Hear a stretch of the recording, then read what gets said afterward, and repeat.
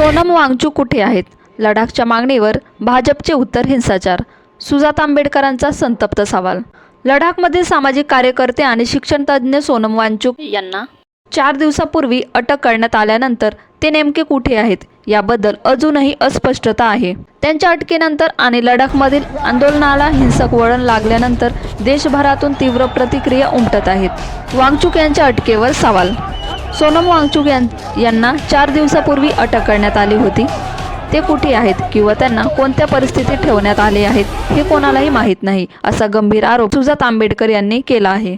लडाखच्या मागणीकडे दुर्लक्ष. सुजाता आंबेडकर यांनी लडाखमधील राजकीय परिस्थितीवरही बोट ठेवले आहे.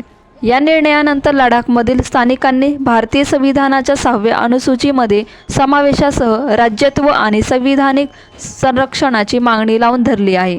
याच मागणीसाठी सोनम वांगचुक उपोषणावर होते.